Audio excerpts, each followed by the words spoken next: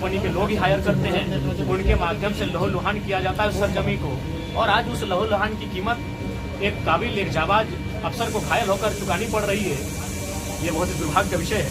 इसीलिए मैं प्रेस के माध्यम से पूरे, क्योंकि यहाँ आईजी डीआईजी महोदय भी आए हैं, यानी उत्तरी छोटा नागपुर रेंज के सभी बड़े पदाधिकारी हैं पुलिस के, तो मैं उनको स्पष्ट कहूंगा कि यही अवसर है। बाघमारा जैसे जितने भी एरिया जो माफियाओं के संरक्षण में है, जहाँ माफियाओं की गिरफ्त में है, उन एरियाओं को माफियाओं के चुंगल से आजाद कराएं। और बिल्कुल डीएसपी महोदय स्वस्थ इलाज का लाभ लेकर जब स्वस्थ होकर फिर से चलने के लिए अपने बाहर घर से आए, उससे पहले माफिया जेल के अंदर होने चाहिए। सर अभी उसकी स्थिति क्या है, क्योंकि आपने उससे मुलाकात?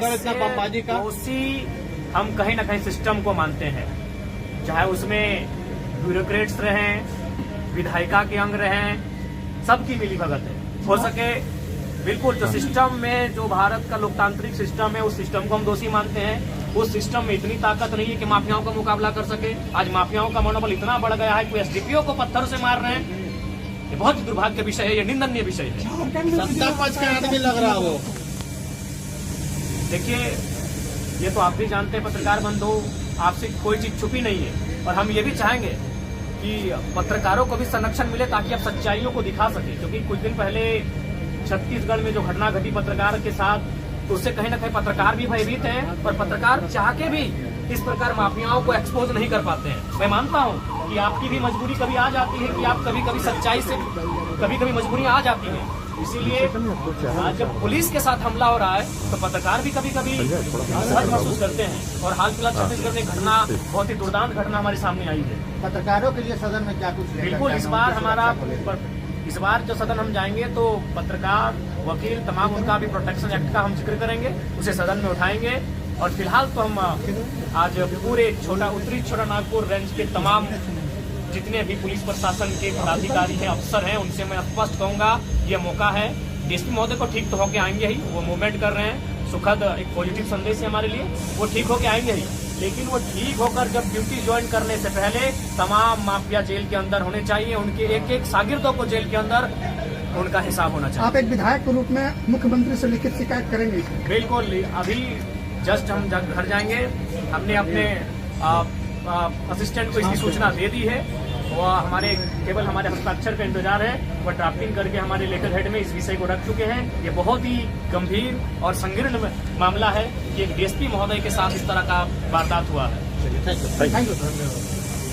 क्या कहना से आज बाघमारा में घटना घटी है? देखिए, सबसे पहले तो हम आप सभी से भी कहेंगे कि आप तमाम पत्रकार बंधु के साथ साथ तमाम धनबादवासी डीएसपी एसडीपीओ महोदय के लिए प्रार्थना करें।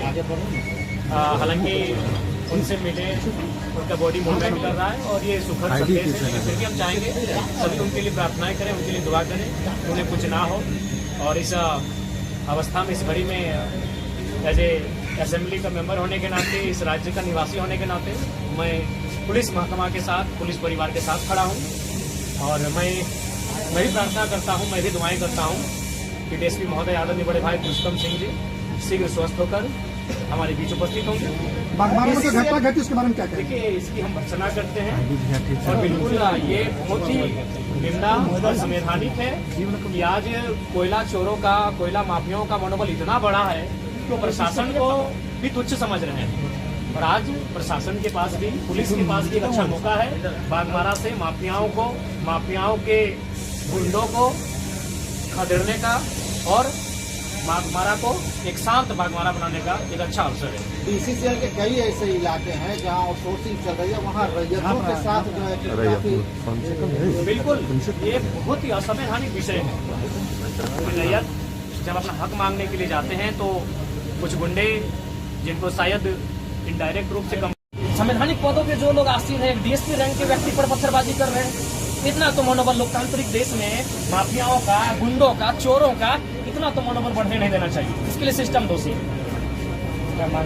हम सबसे पहले तो अभी हम मुख्यमंत्री को, गृह विभाग मुख्यमंत्री के पास ही है, हम मुख्यमंत्री को भी चिट्ठी लिख रहे हैं कि इस मामले की उच्च स्तरीय जांच हो और एक भी बड़ा से छोटा माफिया बाघमारा के साथ साथ धनबाद की धरती में ना दिखे। बहुत ही शर्मनाक विषय है कि माफियाओं का मनोबल। हम पहली बात तो कि हम लोग सीखते नहीं है। कुछ दिन पहले कुछ सीओ पे बालू माफियाओं ने हमला किया था, क्योंकि सीओ महोदय को चोट नहीं लगा, वो न्यूज नहीं बना। आज डीएसपी महोदय जख्मी हो गए, आज सभी लोग, सभी प्रशासन के लोग यहाँ उठ के आए।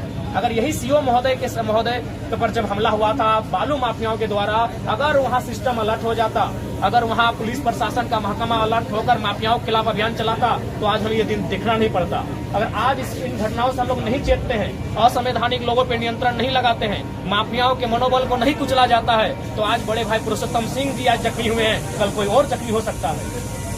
बहुत ही दुर्भाग्य का विषय है। हाँ, पुनः कहेंगे आदरणीय डीएसपी महोदय के स्वास्थ्य की कामना करते हैं, और तमाम बागमारा वासी, धनबाद वासी, राज्यवासी जो में आज इस खबर को सुनेंगे, वो कम से कम 30 सेकंड ही सही उनके लिए प्रार्थना करेंगे कि वो स्वस्थ होकर आए।